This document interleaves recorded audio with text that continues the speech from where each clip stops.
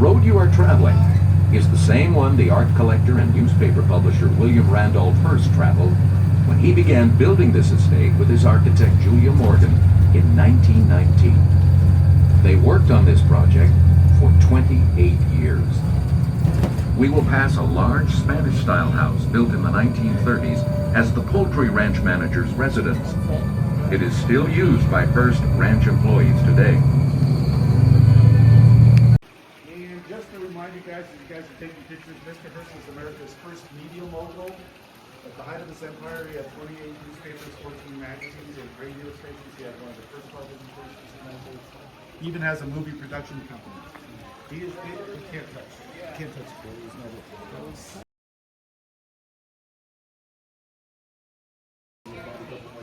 This is the 1936 version. What else I going to say?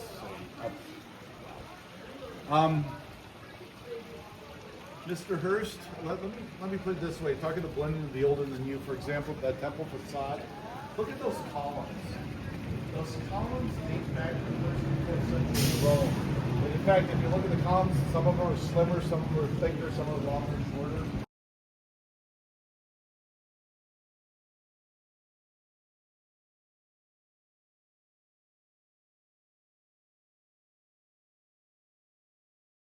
Brought up to the hilltop, including topsoil. The soils have to do with the planting. So that's what we see.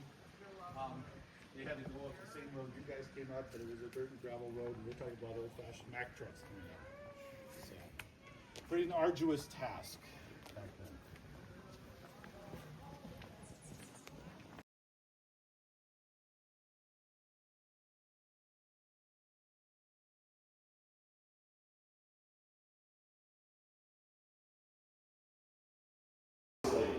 This cellar could hold up to 10,000 bottles. And as you guys are looking around, you'll see some bottles that are upright and some that are on their side. The ones that are upright have already been consumed. The ones that are on the side still have contents, though it's most likely vinegar at this stage. Okay.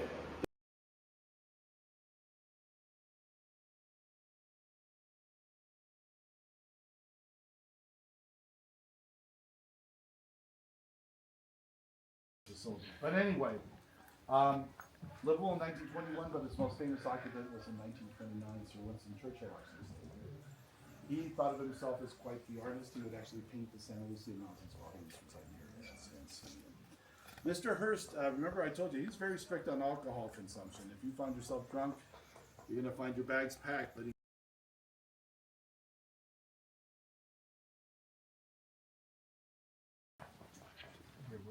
if you can give me a trivia, just go through here and hand it through. I'll meet you in the front bedroom. Take your time. Stand there, go to the bathroom, and I'll meet you in the bedroom.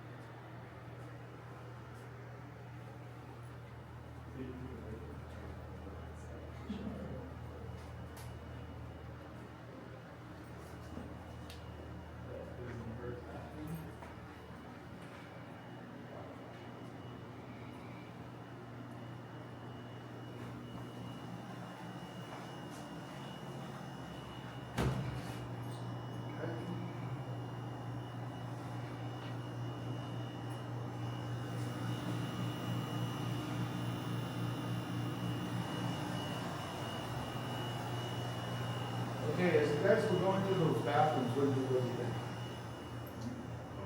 think? Basic, okay. But don't you think pretty modern considering the fact it's over 100 years old? Yeah. Yeah. Mr. Hearst has at least one bathroom for every bedroom that are here on the premises. And this is when the average American. This one's a 16th century French mantle. One of the many things he likes to collect are mantles. He has 30 antique mantles in Casa Grande alone. He has over 40 antique mantles throughout the estate. So, architectural salvage. He likes to also collect antique ceilings, not in the cottages. These are all cast plasterwork, but if you went into Casa Grande, there are many rooms that have antique ceilings. Do any of you guys know what a reliquary is? Is that okay.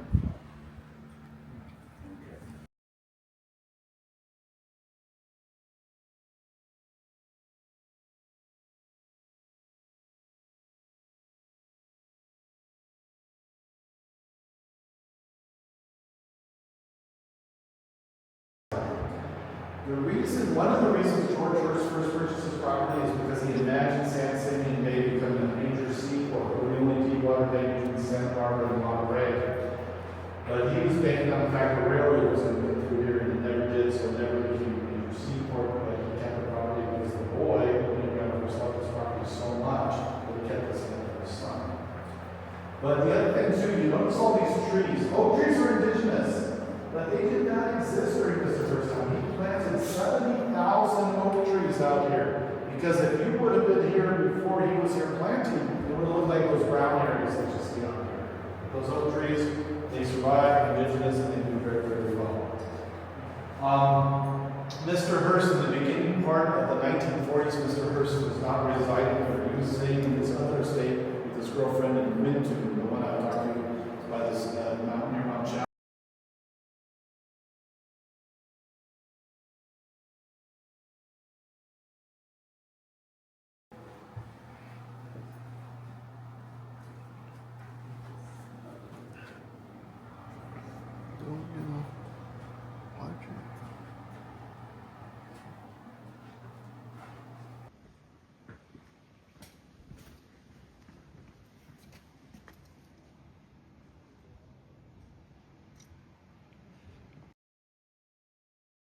The utensils over here, this is just regular flatware. It's not fine silverware. This is not fine china. This is blue willow stoneware you could have gotten in any department store.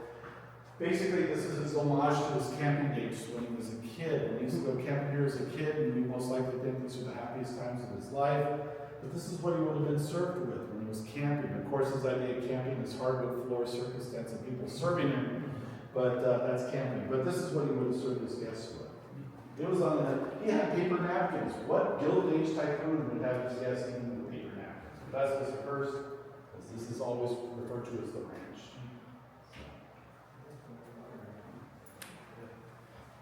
What we're seeing over here, this is a precursor to stainless steel. This was known as Monel. Mr. Hearst is using them his heating tables. He has pipes underneath here that have been filled with hot water to heat plates.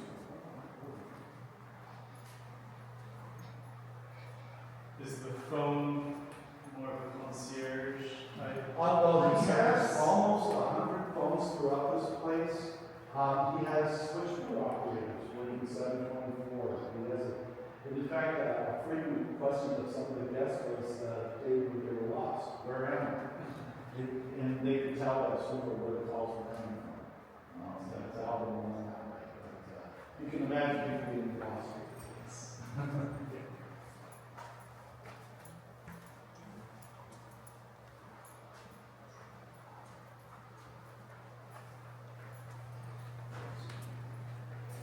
Over here is everything you need to throw a large party under this commercial grade hood. You have a rotisserie, you have a flat top, you have a broiler, you have an oven, everything you need.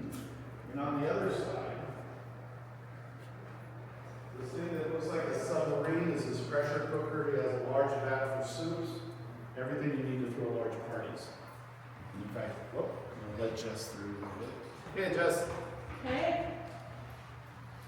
That's quite a chill. His kitchen staff would be anywhere from 8 to 10, but if you have large parties, you could have twice as many people working here.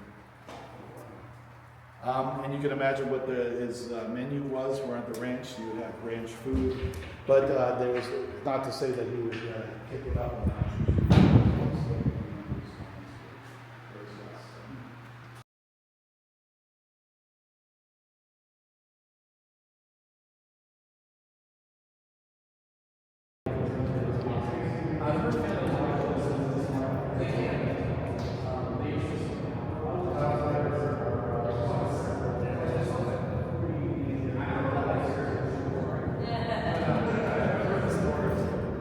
Is typing different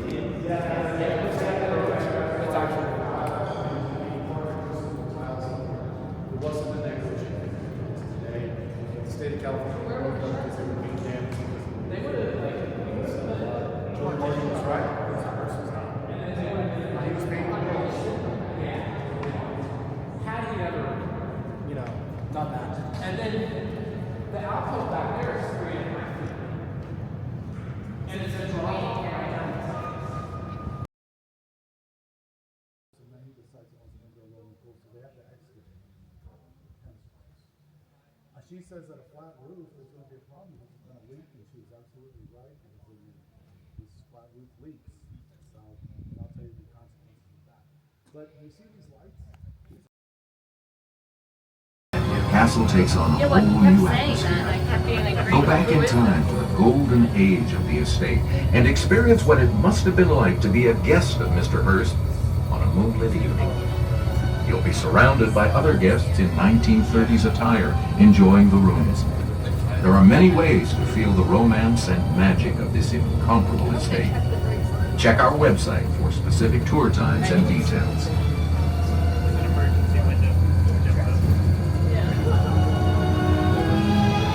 I'd rather tuck a roll.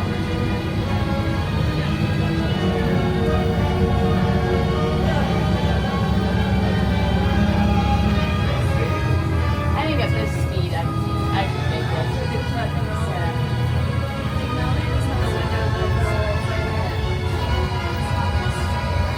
Just like in Splendid last night. Move those legs.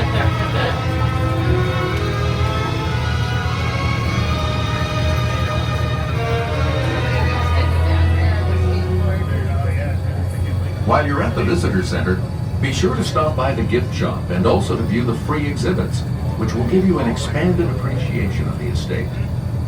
If you get a hankering to try the Hearst Ranch beef or other products, they are available for shipment and sale at the kiosk at the visitor center.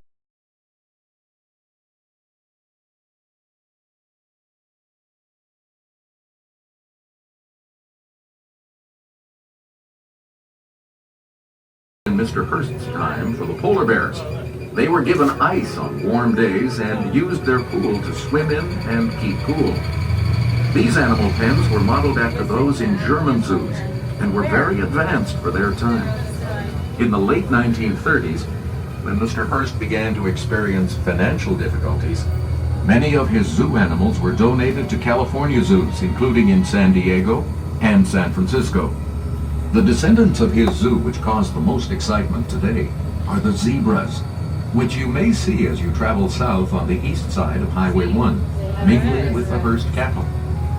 They often graze near the San Simeon campground on the east side of the highway.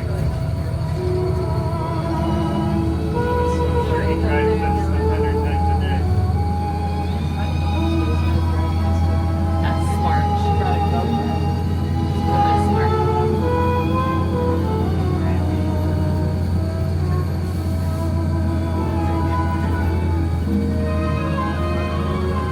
To experience more of the estate, consider viewing the film Building the Dream on our giant 5-story screen at the Hearst Castle Theater.